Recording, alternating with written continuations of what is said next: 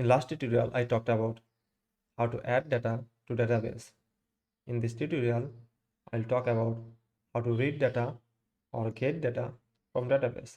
Alright, remember I told you earlier, normally we use get method to read or get data.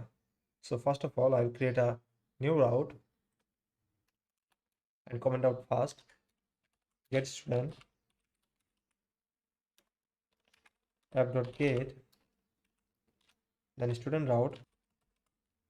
After that, a callback function, request, response, and next. Like adding data to database, there are two ways.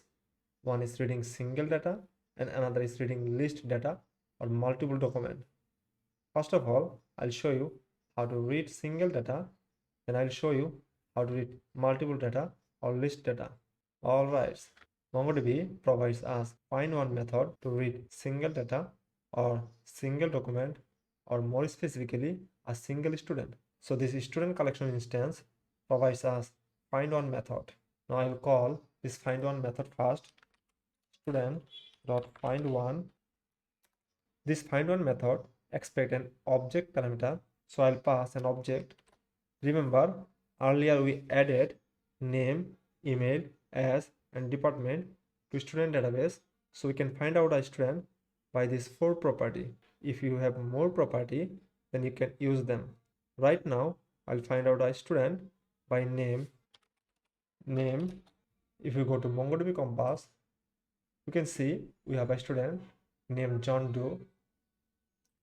So we'll find out a student by name John Doe.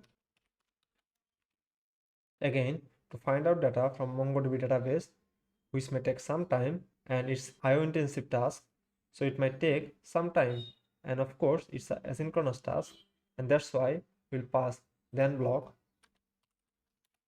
Within then block, I will pass a callback function. When finding a student is successfully done, then this then block will call. This findOne method return as a single student, so we can receive this student within this callback function. For example, this student is data. Then I'll send response with status code 200. I'll send a JSON response as a single student is a document object. Then data. Remember, 200 status code means it's success. That means we are successfully read student data. After that, a catch block. Within this catch block, I'll pass another callback function in which receive an error. Then I'll send a response with status code 500. 500 means it's internal server error, and send error.message. Now save the file, go to Postman, change the method post to get, and student route again, send a request. We got a JSON response, name John Doe, email john@gmail.com, age 22, department biology. Back to VS Code and try to find out a student by email john@gmail.com. Save the file, go to Postman again, send a request. We got john@gmail.com. Alright. Now if we try to find out a student by age 23, save the file, go to Postman, send a request. We got Mike Hasi, whose age is 23. Now go to MongoDB Compass. One point you should keep in your mind, we have same age 23 in different students.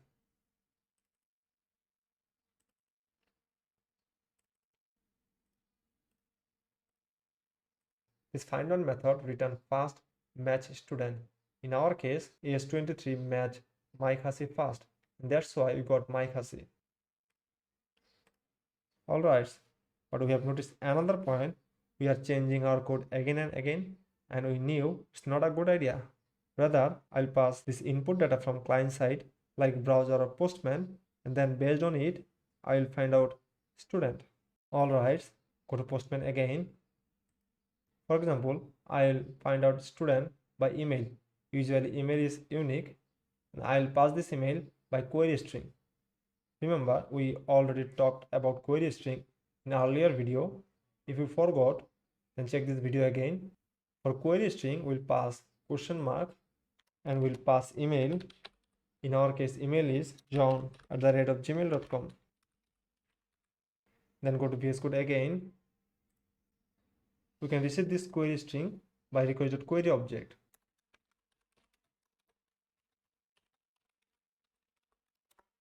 This request.query is the object, and you can destructure this email as well. Now pass this email, save the file, go to Postman, send a request. We got john@gmail.com. We pass student1@gmail.com, send a request. We got student1@gmail.com. But if we pass an email which does not exist, then we got null. For example, email student16@gmail.com and send a request. We got null. All right, that's all about finding single student, and I'll see you in the next video.